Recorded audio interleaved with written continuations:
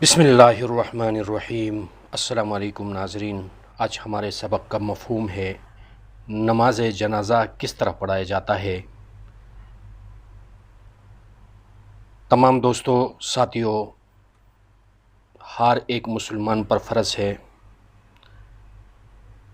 جس کو پتہ ہونا چاہیے کہ نماز جنازہ کس طرح پڑھی جاتی ہے۔ اور آئے شروع کرتے ہیں۔ سب سے پہلے نیت کرنا۔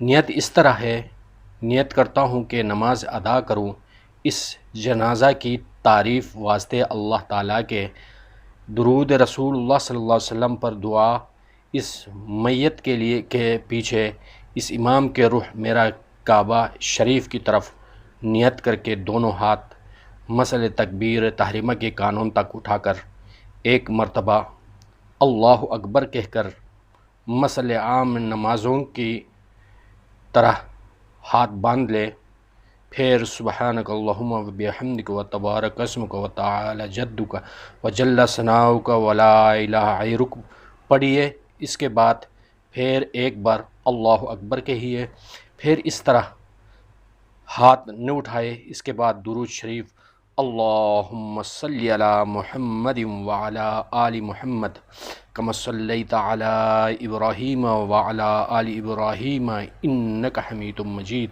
اللہم بارک علی محمد وعلی آل محمد کما بارکت علی ابراہیم وعلی آل ابراہیم انک حمید مجید۔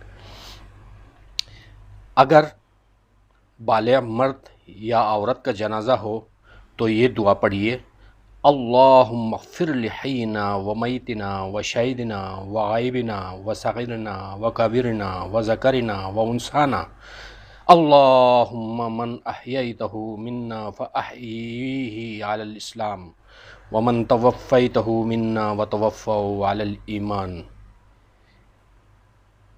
اس کے بعد پھر چوتھی بار بغیر ہاتھ اٹھائے اللہ اکبر کہیے، اور اس کے بعد دونوں طرف سلام پھیر دے۔ جنازہ کی نماز میں تکبیر کہتے ہوئے آسمان کی طرف منہ اٹھانا بے اصل ہے۔ اگر جوتے ناپاک ہو تو اس کو پہن کر یا ان کے اوپر کھڑے ہو کر نماز جنازہ ادا نہیں ہوگی۔